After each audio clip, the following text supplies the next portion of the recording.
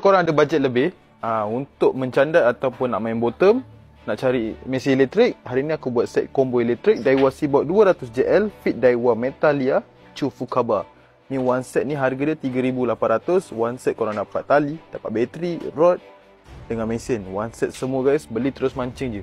Untuk setup ni, mesin lebih power daripada Leo Breeze. Engine dia lebih kuat dan lebih padu. Ni lagi solid lah, ni Seaboard, bukan Leo Breeze. So hari ni korang tengok Daiwa Seaboard 200JL ni, dia punya spek beza dengan Leo Breeze 200JL. Beza banyak. Ratio 5:1, berat 490 gram. Rate dia 10 kilo. Korang nak main ikan pun boleh, nak main candat sotong pun boleh, tak ada masalah. Ball bearing ada 12 biji.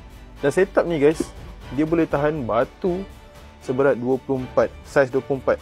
Batu saiz 24 ni, dia punya berat dalam 1 kilo 300 gram.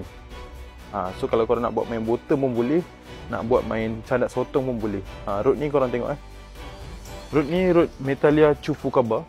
Rod ni ringan je guys. Rod ni center joint 7 kaki. Dia boleh tahan batu saiz 24. Tak ada masalah. Untuk rod ni tahun 2022, mesin pun tahun 2022. Tali sama juga guys, 30 LD Yamato. Korang nak pakai tali yang kuat, korang pakai tali Yamato. Confirm 5 hingga 10 tahun tak akan berbulu. Ni kalau korang buat main bottom, korang punya batu tu memang cepat turun dasar lah. Sebab dia punya tali ni licin guys. Licin dan potong air. Harga tali 200 meter dalam 110 je, 100 lebih. Murah je, tak mahal pun. Untuk bateri pula guys, bateri 3500 mAh ni, ni bateri ni senang je, korang terus cucuk dekat mesin. Kalau korang buat main bottom, boleh tahan selama 24 jam. Tapi kalau korang jigging, dia boleh tahan selama 8 jam. Sebab guys, bottom korang jarang menggunakan mesin. Tapi kalau jigging, korang banyak menggunakan movement mesin. So jigging boleh tahan 8 jam sahaja. Harga set ni 3,800, harga boleh nego lagi. Dan korang boleh tengok mesin ni memang lawa. Ni color mesin dia.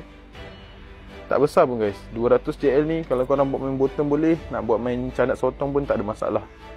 Rod ni pula guys, dia boleh tahan batu seberat 1 kilo 300 gram. Itu maksimum lah. Panjang 7 kaki, section 2 piece, center joint. Rod ni pun ringan. Nak buat main bottom, candat, tak ada masalah. So harga 3,800. Kalau korang berminat dengan set ni, korang boleh PM kita orang. Set ni confirm korang punya hasil tu 2-3 kali ganda daripada biasa. Kalau korang main manual, candat korang berat 110 gram, 3-4 kali candat dah penat dah guys. Tapi kalau korang pakai mesin, sampai malam korang candat. Memang pecah tong lah dengan set ni. Harga 3,800. Korang boleh screenshot dan hantar dekat kita orang pada nombor yang tertera. Ataupun datang kedai pun boleh, tak ada masalah. So macam biasa, apa-apa korang PM je. Dan kami juga menerima track in race dan road. Sekian, terima kasih.